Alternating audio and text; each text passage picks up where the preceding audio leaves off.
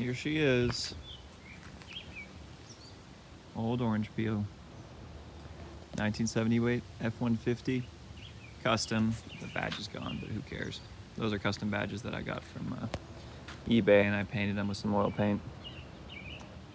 She's got the bug deflector. Apparently the previous owner picked this up and the guy dropped it as he was buying it, but I think it adds character, as most of the other things on this truck. Those buttons right there for the cold weather cover. You can put one on. I actually have one that you'll have with the truck. All the lights work. That headlight is definitely out, off and up to the left, or right, I guess. Could swap that out. Front plate, who cares? No one's gonna pull you over for that.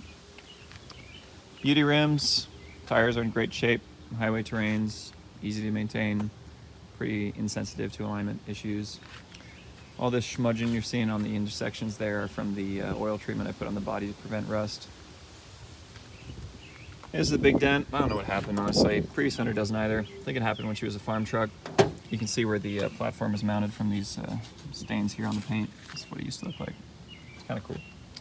This cigarette's been there since October. Thought it was kind of cute.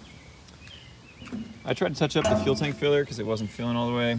Just pulled it up with some zip ties. This is to prevent rattling. Fuel cap works great. I had to actually pull the spring out of a breathable cap so it wouldn't piss everywhere. Up there you've got a set of traction boards in case you get stuck in the winter, because she's got rear wheel drive with an open diff. That's got a bunch of parts and tools. That's just an open box to put whatever you want in there. I usually keep those two Jerry's full, except it's too hot these days so they get too warm. I mounted the spare tire up there because it's just part of the aesthetic. And I love Bentleyville, because if you haven't been to Bentleyville in Duluth, you should go. Rear hatch, absolutely love it. Collector registration, we'll probably have to transfer names, but I think the registration might be transferable. I put the bumper on this thing. I also put the license plate lights in the tow ball. So, love that. Love that you can tow. These are really strong. They're held in by 2 5/8, I think, bolts. All the reflector lights work. Classic rust, but I think it adds character. Cab has a couple rust holes, but I patched all of those with some duct tape and JB weld, and then threw insulation over that, and then padding over that. Interior has this nicely wrapped, the factory whatever paper thing, and then I put a little Mexican blanket over it and mounted up really nice. Looks great. Cab light still works. Cowboy hat holder. That's a shifter right there. This is a quote from Justine Kerfoot. If you don't know who that is, then it'd be good for you to learn who that is for sake of being Minnesotan. And then this little bear right here I got at Bentleyville. He's been my co-pilot for a couple thousand miles. I love the bench. I wouldn't change anything about it. Best thing ever.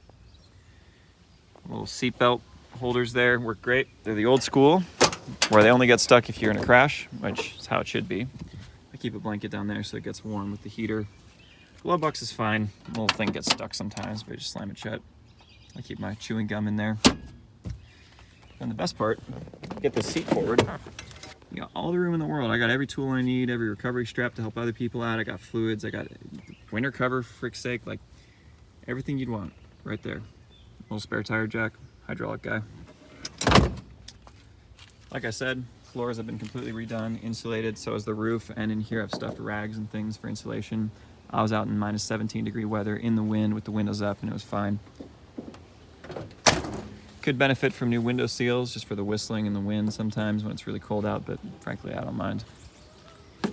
F-150 badges both sides, radio works. I love this old girl. I don't want to let her go. I just can't take care of her anymore the way I want to. Exhaust is straight out the back, 6-cylinder, it's not too loud. I think it sounds freaking fantastic. Frame's got the classic surface rust. I had it undercoated by a professional down south. His name's Doug. If you want his contact for the future, I'll let you know. But you can see rust hole from when the owner replaced the shocks. He reinforced it and then he swapped the shocks onto the other side. Yep. 306-cylinder. I love her. She's a sweetheart. Hasn't caused me any issues ever since I rebuilt the carburetor that's under there, the 1-barrel car light or whatever you call them. Previous owner put a fuel filter there. I think in the future putting it upstream of the fuel pump would be good. I have a fuel line running all the way to the back that's worked great. You could run hard line, but I think the fuel line's just fine. Belts are good. Brand new radiator. This thing has worked great even when it's 100 degrees out. I've been cruising around, no problem, even high humidity, whatever you want. No leaks. Power steering pump might leak occasionally, but you know, it's old Ford. What are you gonna do? I swapped the ground line out for the starter, so it's got a new ground line. It's pretty strong, starts good. Intake manifold has one little crack on it. Honestly don't know where it is, it doesn't matter.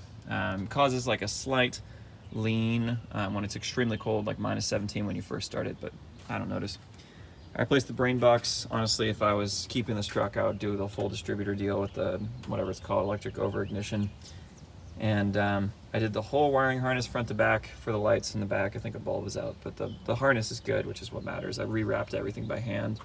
Rewrapped the charging harness, charges great, 14 volts. That's a brand new alternator, I think 2,000 miles old. Brand new battery, took care of it over the winter. When the truck wasn't running, I put it out inside, had it charging. Factory battery plate's fine. I mean, it's got a little rust, but who cares? Horn works, windshield wiper motor works. Everything you see here works except for the windshield washer jets. I think there's like a fuse or some bullshit. I don't care. The brakes could probably use a new master cylinder soon, but they work completely fine. They will lock up the rears if you push them too hard. So that's my heuristic. But yeah, that's Orange Peel. I love her to bits, and I am very heartbroken to let her go. I've taken care of her the best I can. This is also me. I did this for the winter so the motor would stay somewhat warmer. Really helped that with the winter cover. -17, she doesn't give a shit. And 100 degrees over, she also doesn't give a shit. These are my gloves. Love throwing them on the dash. They stay warm in the winter. I've just kind of left them since. But smoker windows, better than AC in my opinion. Gets you less used to the AC. Gauges all work. I've got this volt gauge here. It's a great guess based on whether the motor's going to die or not. I kind of prefer it over RPMs. Makes good oil. I replaced the transducers for the oil and the coolant. And yeah, I've had like 10 buddies back here on the way to a party. I mean, I've had so many freaking memories in this truck. I can't even count them. Used to have 5 of those for the winter. Helped her grip up in the snow. You got holes in the bed, but come on, it's a 78. So yeah, comes with the mounts for a topper. I'll probably throw the topper on it too. It's a cool little white camper shell. It's got a little igloo on it, or igloo porthole, whatever. Pretty sweet. So yeah, hope this is a helpful tour of little old Orange Peel. She will love and take care of whoever takes care of her. And I don't think it gets more honest than that.